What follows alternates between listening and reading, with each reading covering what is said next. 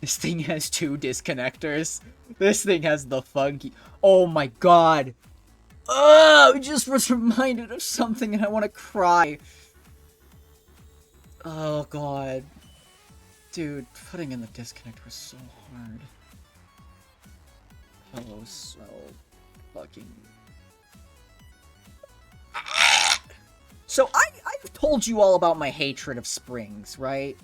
And the fact that, like, I really, really hate springs, right? And the fact that they are the bane of my existence. Right? I've told you guys the spring stories, right? I think I've told you some of them at least.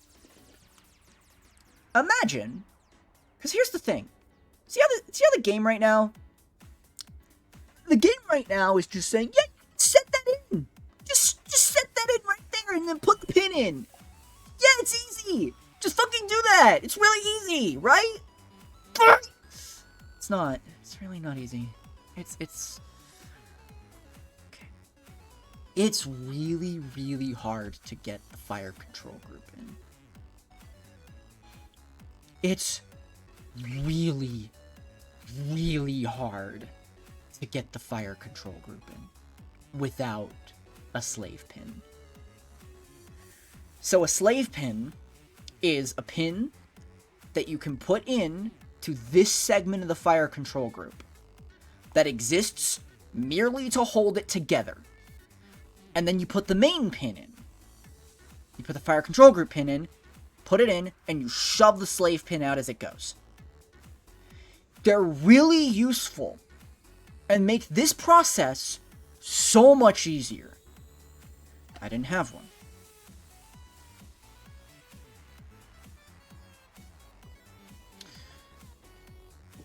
There are not one. There are 2 springs that we're working with here. No. There are 3 springs right now in action right now. There is one here. That's the main spring. That's what causes the entire fire control group and the trigger to rotate and then return back into position. That's what allows that to happen. There is another spring that, for some reason, isn't here, that wraps up around behind the disconnector. At least I'm pretty sure if I remember correctly. There's another spring in action. I'm blanking where it is because I'm tired. Once again, I didn't sleep. Because I don't sleep. And then there is the disconnector spring, which exists in this slot. Ignore this fucking slot. This fucking slot doesn't exist. Doesn't exist. That's a burst fire disconnector. That thing doesn't fucking exist. That's a felony. But here. Remember when I talked about aligning pins under spring tension being really fucking hard? Remember when I talked about that? Imagine lining up not 1, not 2, but 3 holes, technically 4, under spring tension, not of just 1, not 2, but 3 different springs. Oh, and it gets worse. In a small, confined space, where you can't even grab the bottom of this thing with your fingers.